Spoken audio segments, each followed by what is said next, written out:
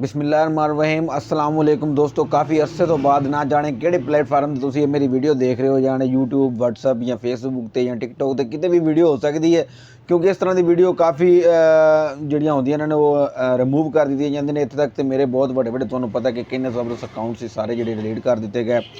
तो मैं एक छोटी जी सिर्फ अर्ज़ करन जा रहा, गल करन जा रहा कि अपने एक दिमाग थोड़ा थोड़ा जिहा दिमाग दे विच किल ठोकन जा रहा कि ਜਿਹੜੇ लोग सोच रहे हैं भी किसी भी दीनी जमात में वोट देने तो पहले ये कह रहे हैं कि जी इन्होंने किहड़ा जितना है, जी इन्होंने किहड़ा अगे आना है, असी लोग तो बड़े अच्छे ने असी इसलिए वोट नहीं दे रहे, जी इन्होंने किहड़ा अगे आना। तो मैं एक तुहानूं छोटी जी अर्ज़ करांगा कि कूफे के ਜਿਹੜੇ लोग सी ना उन्हां दी भी सोच यही सी कि हज़रत इमाम हुसैन रज़ियल्लाहु तआला ने किहड़ा उन्होंने किहड़ा जितना है इस तरह का।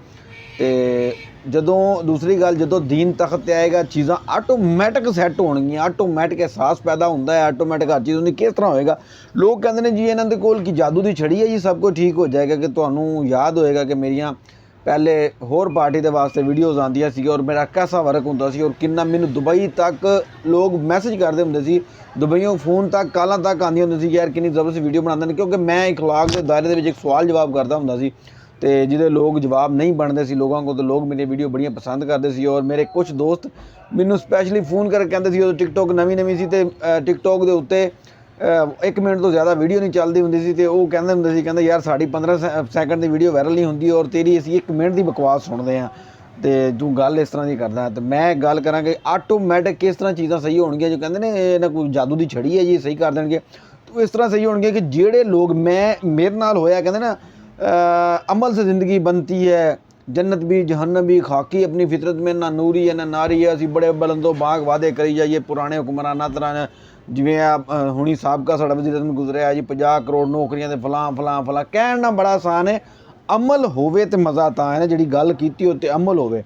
तो अमल किस तरह होएगा जो दीन तख्त ते आएगा, दीनी कोई भी जमात अगे आएगी उस अमल किस तरह होएगा कि मेरे नाल होया है। मैं अपना प्रैक्टिकल दस रहा कि ਜਿਹੜੇ लोग मेरे नाल अटैच ਸੀਗੇ, ਜਿਹੜੇ ਜਦੋਂ दीगर होर जमातां ਸੀਗੀਆਂ, ਜਦੋਂ होर उदों ਉਹੀ लोग उन्होंने जमातों के सीगे टके का रत्ती भर एहसास नहीं सीगा। ठीक है, बेशक मेरी वीडियो देख रहे हो सुन रहे हो जिन्होंने एक्सपेरीमेंट होया तो मैं बड़ी माजरत चाहांगा, क्योंकि मोटिवेट गाइड करने वास्ते एक गल बाहर लाना बड़ा जरूरी सी। अगर तुहानूं कोई नाराज़गी गुस्सा लगा तो मैं एडवांस माफ़ी मंगदा।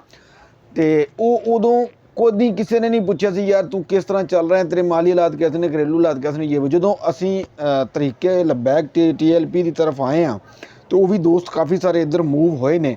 तो फिर देखो एहसास पैदा होया कि एवं ही रोज़ मेरा गल्लां करते करते कोई डिमांड नहीं, कोई मंगया नहीं, क्योंकि हुण कई लोग समझण लग पैंदे जी इनू पैसे मिल गए तां चुप कर यार, नहीं ऐसी गल नहीं, कोई डिमांड कोई शै नहीं। एवं बैठे बैठे मैनू एक दोस्त का फोन आता है तो कहता यार किसी ने प्रोग्राम बना आप चलीए जी साद रिजी साहब ने मिल के ये लाहौर। तो मैं उन्होंने क्या सरसरा जा मैं यार आउट ऑफ बजट जा रहा बहुत ज़्यादा, मेरे ख्याल पिछले साल की गल है तो ईद के नज़दीक। तो मैं आउट ऑफ बजट जा रहा तो मैं तो बच्चों भी राज़ी कर लिया कि ईद के उत्ते नवे कपड़े नहीं लैने, जो कपड़े पहले ना वही पा के गुजारा कर लेंगे। लेकिन इस टाइम अलहमदुलिल्लाह मैं माशाल्लाह बहुत अच्छा जा रहा हूँ। अजे ईद में किन्ने दिन पै ने, बच्चों एडवांस सूटां के पैसे दे छड़े ने, अल्लाह का शुक्र है, अल्लाह ताला ने बांह फड़ी है। मैं पुरानी गल कर रहा तो मैं जो उन्होंने गल की एवं सरसरी जी तो मैं यार मैं नहीं कर सकता। तो उन्हें कहा यार तेरा आने जाने का किराया जो भी मैं अफोर्ड करांगा, क्योंकि तू ज़िला रिमियार खां दूर रहना लाहौर तो मैं किराए की टेंशन नहीं है यार, 2-4 छुट्टियां होणगियां, दिहाड़ियां टुटणगियां, ये वो जिस तरह अजकल लोग सारे ही कहते हैं। तो फिर मैं दिल ही सोचा भी मैं यार नबी के दीन वास्ते बंदा अगर निकले तो वो वास्ते दिहाड़ियां टुटियां तो फिर की हो। मैं जो सोच विचार कर ही रहा उन्होंने कहा ठीक है मैं तुम दसदा। 1-2 दिन गुजरे नहीं तो मेरे मोबाइल के उत्ते मेरे बच्चों दी खुशियां आ गई।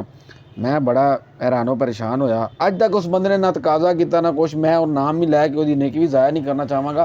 तो उत्तों मैं एक फील होया, एक नज़र आया मैनू कि यही बंदा कई दफ़ा मैं TV के उत्ते उस बंदे को देखता सीगा, बड़े बड़े सियासतदान तलाल चौधरी नाल कई दफ़ा मैं खुद न्यूज़ चैनलों के TV ते देखा, बड़े बड़े पेज होंदे सी मेरे तरह, वो भी पेज बैन किए गए।